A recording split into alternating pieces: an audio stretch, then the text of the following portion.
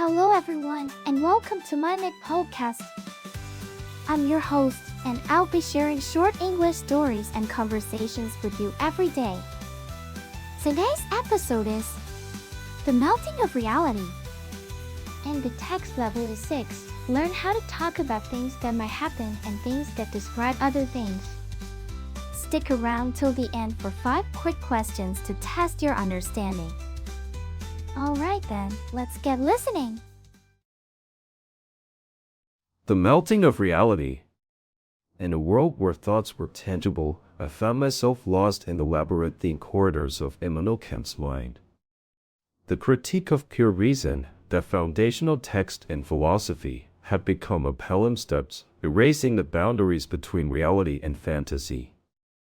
As I wandered through the crumbling facade of reason, I stumbled upon a figure shrouded in shadows, speaking in a voice that was both familiar and yet utterly alien.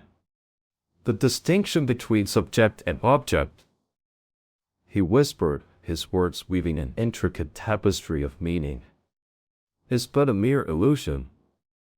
I felt the ground beneath me shift as the certainties of my existence began to dissolve like sugar in a cup of tea. The world around me melted, its colors bleeding into one another, forming a kaleidoscope of contradictions. And yet, in this fluid landscape, I discovered a strange sense of freedom. For in the absence of fixed truths, all things became possible. The critique of pure reason had become a key that unlocked not just the doors to knowledge, but also the gates of imagination. In this boundless expanse, I found myself flying, unencumbered by the weights of reality. Now, let's move on to the conversation between Billy, Matt, Kelly, and their teacher, Louis, after reading the novel. I loved how the novel blurred the lines between reality and fantasy. It was like I was right there in Immanuel's mind. Yes, the way the author used language to create a sense of uncertainty and ambiguity was quite impressive. It really made me think about the nature of reality. I know what you mean. I felt like I was on this wild ride through the labyrinthine corridors of Ken's mind. It was crazy. Yeah, and then that figure in the shadows showed up and started talking about the distinction between subject and object being an illusion. Mind blown. Right, and how it made me think about the world around us, like the colors bleeding into each other. It was like nothing I've ever experienced before. Exactly, the author did a great job of creating this sense of fluidity and freedom. It's like we're not bound by the same rules as everyone else. I love that, and the way the critique of pure reason was used as a key to unlock all these new possibilities. It's like our minds are capable of anything. Whoa, I never thought about it that way, but yeah, it's like we're not limited by what we know. There's always more to discover and explore.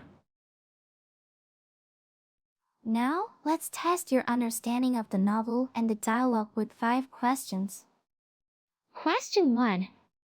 What philosophical text became a key to unlock new possibilities in the novel? A. The Critique of Pure Reason. B. The Republic. C. To Kill a Mockingbird. D. 1984. E. Pride and Prejudice. The answer is A. The Critique of Pure Reason. Question 2. What did the character in the shadows say was an illusion? A. The distinction between subject and object. B. The colors bleeding into each other. C. Reality and fantasy. D. The labyrinthine corridors of Ken's mind. E. Freedom. The answer is A. The distinction between subject and object. Question 3. What did Billy feel like he was on in the novel? A. A wild ride through the streets of a city. B. A journey through space and time. C. A trip through the labyrinthine corridors of Ken's mind. D. A walk in the park. E. A calm day at home. The answer is C. A trip through the labyrinthine corridors of Kant's mind. Question 4. What did Carrie say was mind blown? I. The distinction between subject and object being an illusion. B. The colors bleeding into each other. C. The freedom that came with the uncertainty of reality. D. The labyrinthine corridors of Kant's mind. E. The critique of pure reason. The answer is A. The distinction between subject and object being an illusion. Question 5. What did Leah say was impressive about the author's use of language? I. Creating a sense of certainty and clarity. B. Making the reader think about the nature of reality. C. Using words that were easy to understand. D.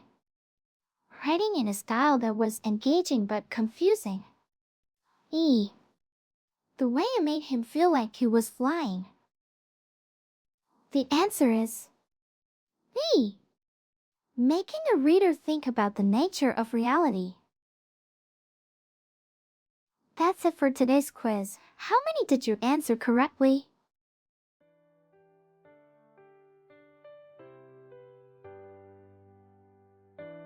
Thanks for tuning in to my channel today. I hope you enjoyed the stories and conversations and found the quiz challenging yet fun. Don't forget to subscribe or follow us for more daily English learning content. Until next time, keep practicing your English and have a wonderful day.